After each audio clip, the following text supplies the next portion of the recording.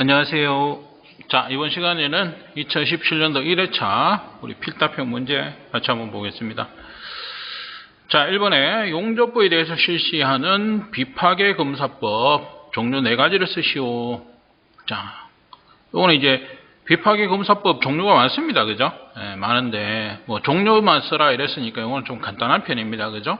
만약에 이제 종류를 쓰고 뭐 설명하시오 이렇게 나왔을 때는 좀 골치 아파지지만 지금 보겠습니다. 일단 음향검사 이렇게 해놨습니다. 그죠? 그래서 요거는 이제 음향 우리가 뭐 방출검사 그래서 약자로는 뭐 AE 이렇게 씁니다. 그 다음에 이제 침투검사 침투 탐상검사 이렇게 나오는데 우리가 PT 이렇게 할 수가 있겠죠. 그 다음에 자기검사. 자기검사는 우리가 자분 탐상검사. 자기나 자분 탐상. 이렇게 같은 용어라고 보시면 되겠습니다. 그죠? 그래서 MT 약자로. 그 다음에 방사선 투과검사. RT죠. RT. 그 다음에 초음파. UT. 그죠? 그 다음에 와류 탐상검사가 되겠습니다. 그래서 뭐 CT. 이 외에도 우리가 뭐 유관검사 있을 수 있고요. 유관검사 있을 수 있고, 그 다음에 적외선, 뭐 이런 것들, 또는 뭐 누설검사, 이런 것들 있을 수 있습니다. 그죠?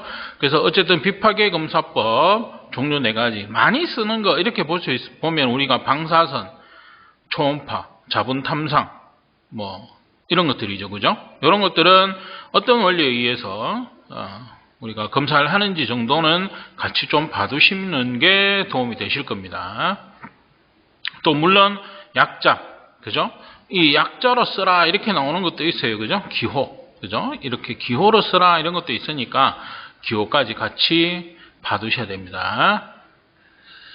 자, 이번에 내진 설계에서 평균 재현 주기 500년 지진 지반운동 수준에 대한 평균 재현 주기별 지반운동 수준의 비로 나타내는 것은 무엇인가? 자, 뭐 이렇게 되어 있습니다. 그죠? 그래서 이걸 우리가 위험도 계수라고 얘기하고 있습니다. 위험도 계수. 위험도를 나타내는 어떤 수치의 값이 되겠죠? 그래서 우리가 평균 재현 주기가 500년인 지진을 기준으로 해서 평균 재현 주기가 다른 지진의 유효 지반 가속도를 상대적 비율로 나타낸 개수다. 뭐 이렇게 나오고 있는데 이거는 뭐 그냥 그대로 말 그대로 지진을 기준으로 합니다. 500년의 지진 지반 운동 이렇게 돼 있죠. 그래서 지진을 기준으로 해서 나타내는 어떤 수치, 개수값 이렇게 볼 수가 있는 거죠. 그래서 말 그대로 위험도 개수 그냥 그대로 외우시면 되겠습니다. 자, 발열량이 12,000인 메탄을 주성분으로 하는 가스에 공기를 희석해서 3,600으로 변경하려고 할 때 공기의 희석이 가능 여부를 판별하시오. 우리가 앞에서 보면 이렇게 했을 때 공기량이 얼마냐, 희석되는 공기의 양이 얼마냐 이렇게 공기량 계산하는 게 있었습니다. 그게 지금 이 부분이죠. 그죠? 그래서 1세제곱미터입니다. 그죠? 그래서 우리가 메탄 1세제곱미터에 공기가 추가가 되는 거죠. 공기를 추가했을 때 요만큼의 열량값이 변화를 한다는 거죠. 그래서 1세제곱미터 때 발열량은 12,000인데 여기에 얼마인지는 모르지만 메탄에다가 뭡니까? 공기를 더했을 때 발열량은 3,600이라는 겁니다. 그죠? 3,600. 이렇게 했을 때 우리가 여기 나오는 지금 공기의 양을 구할 수 있는 것이죠. 그래서 그렇게 해서 구한 것이 지금 나오는 여기에 2.33 요 값이 됩니다. 그죠? 자, 근데 여기서는 지금 뭐냐? 공기 희석의 가능 여부를 판별해라. 이 얘기는 뭐냐면 메탄의 폭발 범위 내에 이 공기의 양을 가지고 폭발할 수 있는 범위에 들어가 있는 게 아니냐. 뭐 이걸 얘기를 하는 것 같습니다. 그죠? 그래서 메탄의 부피는 메탄 부피와 공기 부피를 더한 것 중에서 메탄 부피, 차지하는 부피, 성분 부피가 되겠죠. 그렇게 했을 때 차지하는 비율이 30.03% 차지하고 있다. 그죠? 그래서 혼합 요거 두 개는 이제 혼합 기체죠. 혼합 기체 메탄과 공기 이렇게 혼합되어 있는 기체 중에서 이 메탄이 차지하는 부피가 몇 프로냐 이겁니다. 몇 프로냐. 그래서 메탄에 차지하는 부피를 구했을 때 30.03%라는 것을 우리가 구할 수 있다. 그랬을 때 우리가 메탄의 폭발 범위는 5에서 15%, 공기 중 5에서 15% 있을 때 폭발이 일어날 수가 있는 것이죠. 예. 근데 이 범위를 벗어나기 때문에 폭발이 일어나지 않는다. 이렇게 볼 수가 있는 겁니다. 그죠? 예. 그래서 혼합이 가능하다. 이렇게 설명을 하고 있습니다.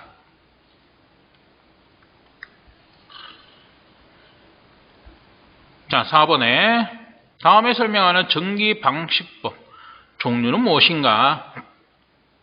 자, 지중 또는 수중에 설치된 양극, 금속과 메설 배관 등의 전선으로 연결해서 양극 금속과 메설 배관 등 사이에 전지작용에 의해서, 전이차에 의해서 전기적 부식을 방지한다. 그래서 우리가 고전위에서 저전위로 이렇게 전류가 흐를 때 우리가 부식이 발생한다. 이렇게 얘기를 하는 겁니다. 그죠? 양극에서 음극으로 흐를 때. 자, 근데 뭡니까? 배관보다 더 극성이 높은 양극 금속을 설치를 해 놓으면 그러면 이렇게 얘가 대신 부식을 한다는 거죠. 그래서 이 양극 금속이 대신 부식을 한다. 그 얘기는 뭐냐? 희생을 한다 이겁니다. 이 양극이 희생을 해서 방식을 한다. 이렇게 볼 수가 있는 겁니다. 그죠?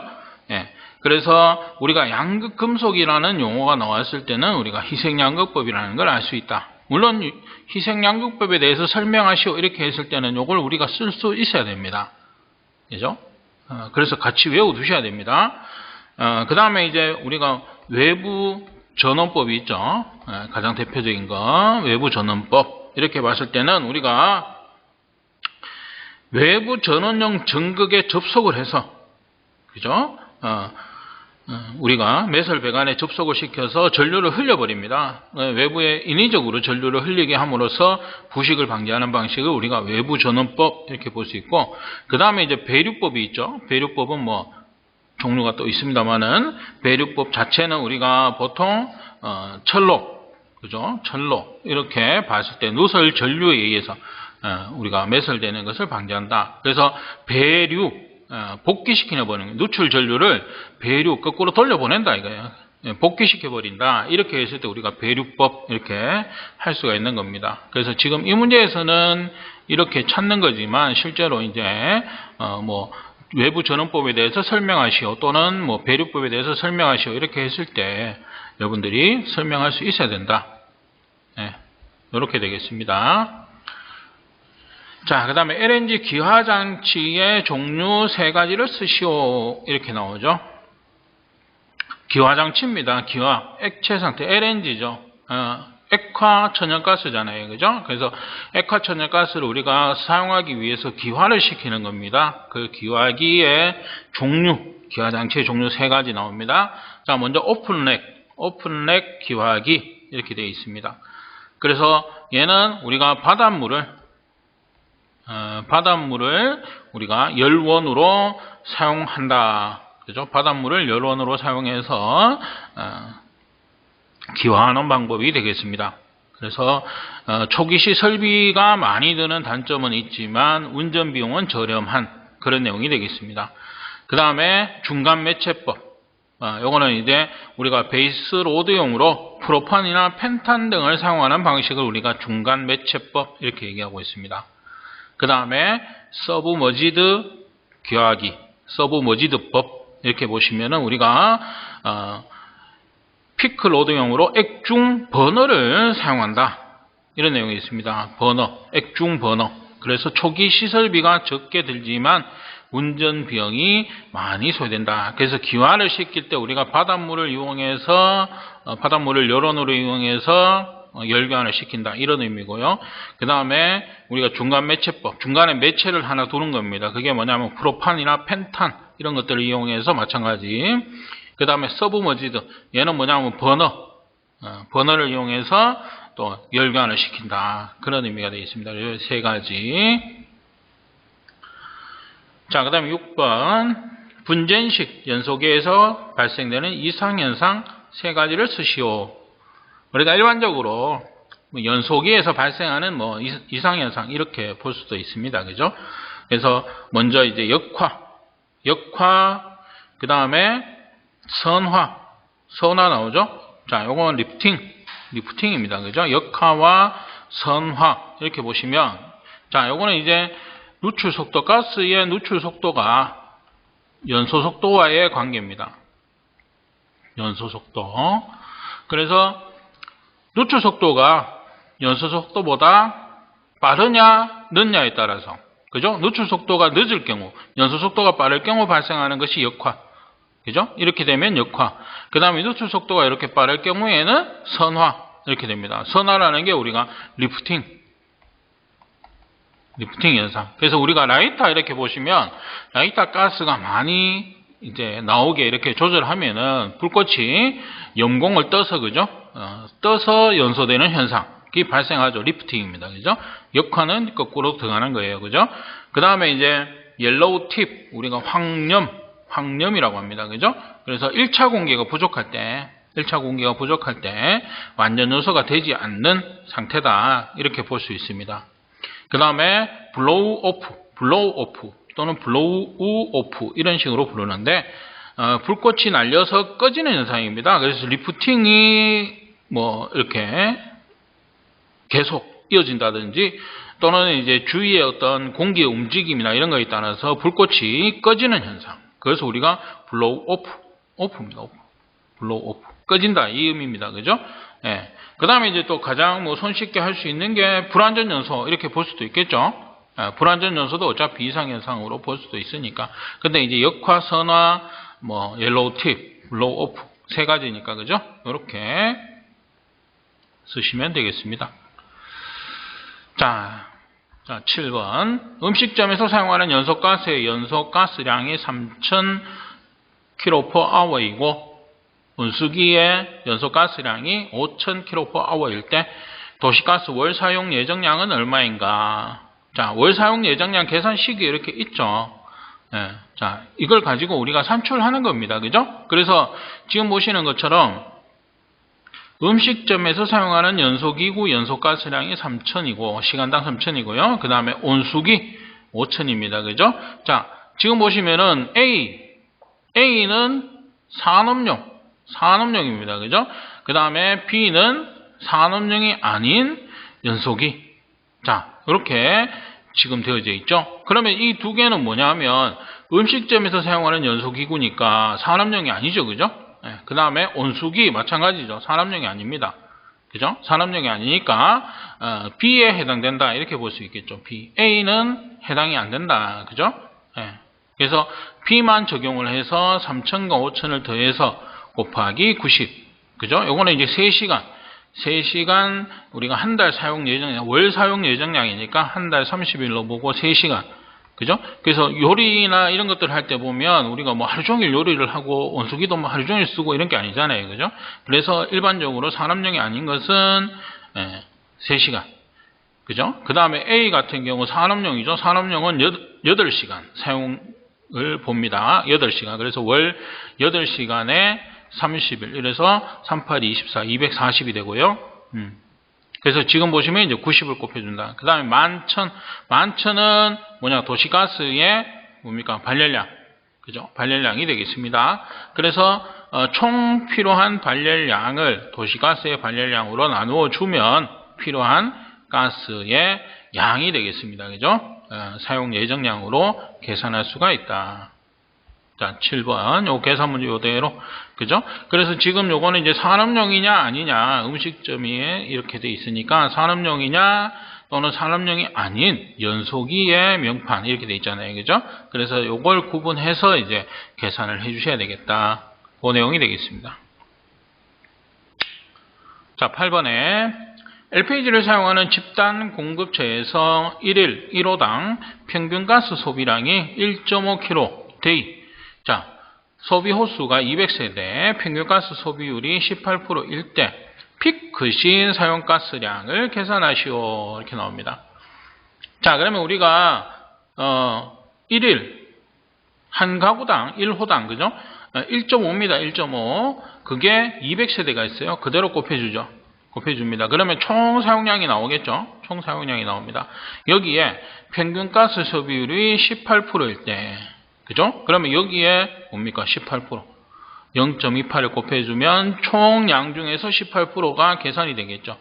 네. 그러면 이제 54kg/h가 된다. 근데 어떤 이제 말씀하시는 게 여기에 데이가 있으니까 이걸 시간으로 바꿔주려면 나누기 24를 해줘야 되는 게 아니냐 이렇게 얘기하시는 분들이 가끔 문의를 하시는데 자, 요거는 이제 피크 시에 우리가 가스 사용량이기 때문에 피크라는 건 이제 많이 쓸 때, 그죠? 그때의 사용량을 계산하는 겁니다. 그래서 평균 가스 소비율 자체가 이제 18%이기 때문에 전체 사용량, 하루에 사용하는 양 중에서 평균 가스 소비율이 18%다. 이렇게 돼 있잖아요. 그죠? 그래서 우리가 피크 시 사용하는 가스량을 계산할 때는 이걸 24로 나누는 건 아니고요. 그죠? 나누는 건 아니고, 평균 소비율이 있기 때문에 평균적으로 그죠? 18% 소비한다. 이렇게 나오는 거니까요. 요거는 그냥 그대로 곱을 해 주시면 됩니다. 그죠? 그래서 피크라는 것 자체가 우리가 많이 쓰는 그 타임을 얘기하는 거니까요. 그대로 보시면 되겠습니다. 자, 9번에 자, 어떤 냉동기에서 0도씨의 물로 얼음 4톤을 만드는데 100kW의 일이 소요되었다면 이 냉동기의 성적 개수는 얼마인가? 단 얼음의 융해 잠열은 80kcal/kg이다. 성적 개수라는 것은 우리가 냉동기에서는 우리가 효율입니다. 효율인데 우리가 일반적으로 나타내는 효율은 퍼센테이지 이렇게 쓰잖아요. 근데 냉동기에서는 성적 개수, 어떤 숫자의 값으로 상수의 값으로 나타내는 게 이제 냉동기에서는 효율이라고 하지 않고 성적계수라고 얘기를 하는 겁니다. 그럼 효율이라는 것은 기본적으로 인풋과 아웃풋이죠. 그 내가 준 거에 일한 거. 그럼 내가 준 거, 인풋이 있겠고 아웃풋이 있겠죠. 그죠? 요 두 개의 비를 얘기하는 겁니다. 그럼 내가 준 거 한번 보죠. 먼저 100kW의 일이 소요되었다. 100kW 그만큼 줬어요. 내가 준 겁니다. 그죠? 그러면 우리가 1kW 열량으로 환산해야 되겠죠? 1kW를 열량으로 환산하면 860kcal/h입니다. 그죠? 요거는 그대로 그냥 외우시는 거죠. 1kW 자체가 860kcal/h다. 시간으로, 열량으로 환산했을 때. 그래서 총 입열량이 되겠죠. 입열 열량. 그러면 100에 100 곱하기 860을 해주면 내가 준 겁니다. 거기에 이제 외부로 나온 거죠. 아웃. 그죠? 얼마만큼 일을 했느냐. 자, 0도씨 물의 얼음을 4톤을 만들었다. 이렇게 되잖아요. 4톤은 기본적으로 4,000kg입니다. 그죠? 그 다음에 융해잠열. 물을 얼음으로 만들었다. 물을 얼음으로 만드는 잠열값이죠. 융해잠열입니다. 그죠? 80kcal. 1kg당 80kcal인데 그게 몇 킬로? 4,000kg를 만들었다는 거죠. 그래서 일한 겁니다. 4,000 곱하기 80. 자, 이렇게 하면 이게 일한 거. 그죠? 그래서 내가 준 거에 얼마만큼의 일을 했느냐. 그 비를 가지고 나타내는 상수의 값. 이게 우리가 냉동기에서 얘기하는 성적계수라는 겁니다. 여기 뭐 곱하기 100 이렇게 들어가지 않습니다. 효율이긴 하지만 이렇게 퍼센테이지로 쓰지 않고 계수의 값, 숫자, 상수의 값으로 쓰기 때문에 이대로 계산을 해주는 겁니다.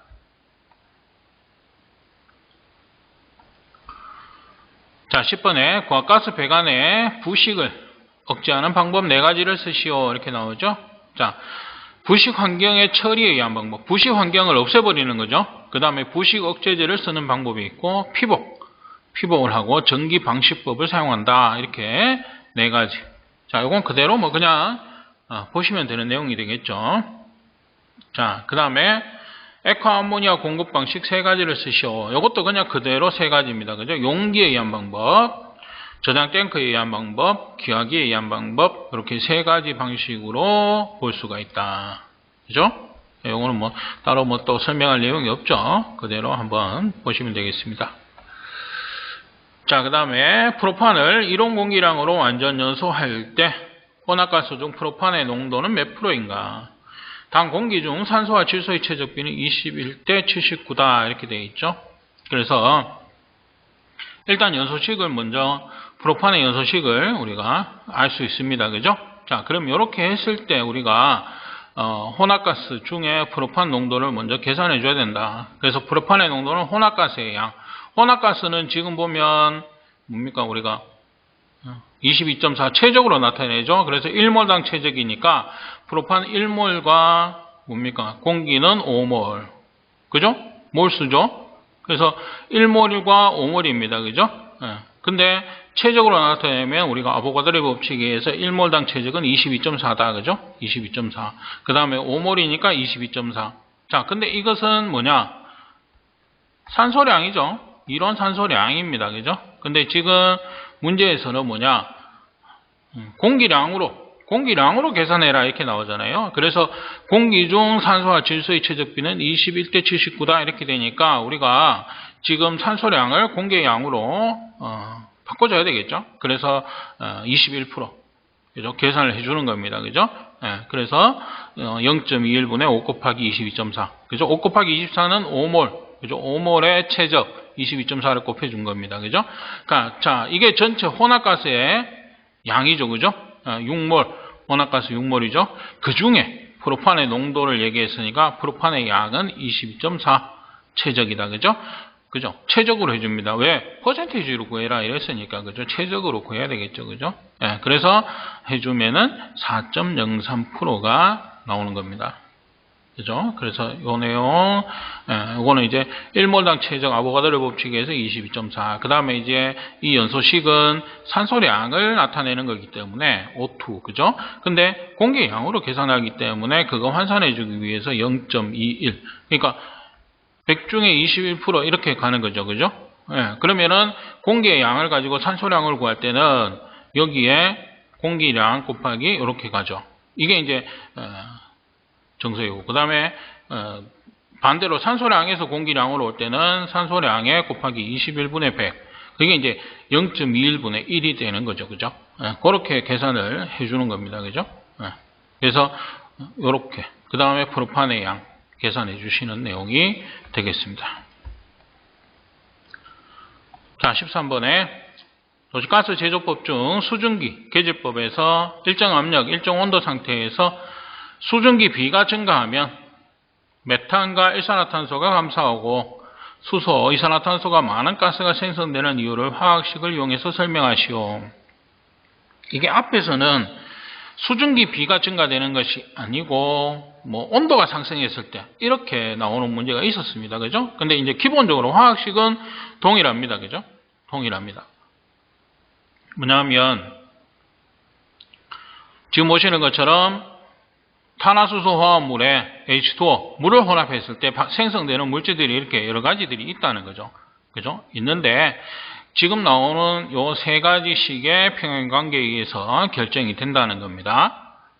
그래서 이산화탄소와 수소, 그러면은 이산화탄소와, 물과 결합을 하면 수소, 이산화탄소와 수소로, 발열 반응에 의해서, 그죠? 흡열 반응일 때는 반대로 이제 이렇게 된다는 거죠.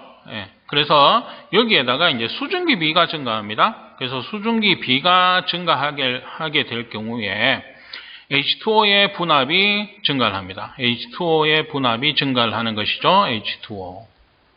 그죠? 그래서 1번은 우방향으로, 이쪽 방향으로, 그죠? 2번 식은 좌방향으로, 그죠? 진행이 되기 쉽게 됩니다. 그래서 이산화탄소 및 수소는 증가를 하고, 그죠? 지금 여기 보시면 이산화탄소와 수소는 자, 이쪽 방향으로 진행되기 때문에 증가를 하고, 그 다음에 메탄과 일산화탄소는 감소한다. 메탄과 일산화탄소는 감소한다. 자, 이쪽 방향으로 진행했을 때 메탄과 일산화탄소는 감소한다. 그죠? 지금 요 내용을 설명하고 있습니다. 그죠? 그래서 이 수증기 B가 증가를 하는 경우이기 때문에 수증기가 있는 쪽에 분압이 증가를 했을 경우 발생할 수 있는 현상. 자, 그걸 얘기하고 있습니다.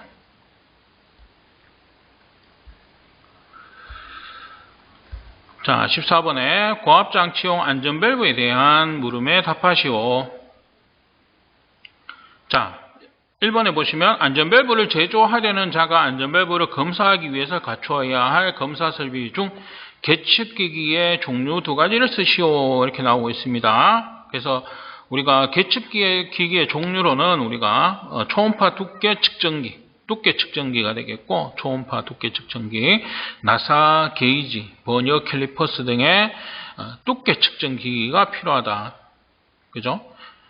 그 다음에 계측기이기 때문에, 그죠? 압력계, 온도계가 되겠습니다. 표준이 되는 압력계, 표준이 되는 온도계. 그죠? 그래서, 요 외에도 우리가 갖춰야 되는 설비나, 계측기, 검사 설비 중 계측기, 이렇게 나옵니다. 그래서 설비는 우리가 내압시험 설비가 있고요. 그 다음에 기밀시험 설비가 있습니다. 그죠? 그 다음에 그 밖에 검사에 필요한 설비들이 있겠죠. 이거는 설비고요. 그 다음에 계측기는 이렇게 3가지. 그래서 우리가 검사 설비와 계측기 이렇게 얘기를 하면 이렇게 같이 볼 수가 있는 겁니다. 자, 그 다음에 가연성가스 및 독성가스에 사용 못하는 안전밸브를 쓰시오. 이렇게 나왔습니다. 그래서 개방형 안전밸브, 그러니까 오픈되어 있다는 거죠. 그러면 가연성가스나 독성가스, 이 안전밸브라는 것 자체가 압력이 상승했을 때 그 압을 외부로 배출하는 겁니다. 그러니까 이상압력, 갑자기 압력이 확 상승했다는 거죠. 여러 가지 원인으로 인해서. 그러면 압력에 의해서 터질 수가 있으니까 깨질 수가 있다는 거죠. 그래서 이 압력을 외부로 배출해서 압을 낮추는 역할을 하는 겁니다. 근데 가연성가스나 독성가스를 그냥 오픈된 상태, 개방형 상태로 그냥 배출해버리면 잘못하면 뭡니까? 폭발의 위험성도 있고 또 독성물질로 인해서 중독의 위험성을 가질 수 있겠죠. 그래서 개방형의 경우에는 우리가 사용을 못한다. 밀폐형으로 쓴다. 이런 개념으로 볼 수가 있겠죠. 예. 자, 그 내용이 되겠습니다. 자, 그 다음에 15번 공업용 고압가스 충전 용기 색상을 쓰시오. 자, 이건 우리가 동영상에서도 계속 나오던 내용입니다. 자, 수소 주황색이죠. 자, 아세틸렌 우리가 황색이고요. 그 다음에 탄산가스, 이거는 이제 액화탄산가스 CO2죠, 그죠? CO2 우리가 청색입니다, 그죠? 그 다음에 액화염소 갈색. 그죠? 그래서 어떤 데는 보면 이게 수소와 염소가 동영상이라는 거 보면 좀 헷갈려요. 그 주황색과 갈색, 짙은색 갈색인데, 예. 근데 요거는 이제 밝은 주황색이다 이렇게 볼 수가 있는데, 어쨌든 우리가 수소 주황색이고, 아세틸렌은 우리가 많이 보신 거죠? 거기에 산소 같은 경우는 청색. 청색이 아니고 녹색이죠, 녹색. 예. 청색은 액화탄산가스 CO2입니다, 그죠? 예, 녹색. 이렇게 볼 수가 있는 것이죠. 자, 그래서 여기까지 우리가 2017년도 1회차 필답 문제 같이 봤습니다. 자, 이번 시간 여기까지 하도록 하겠습니다.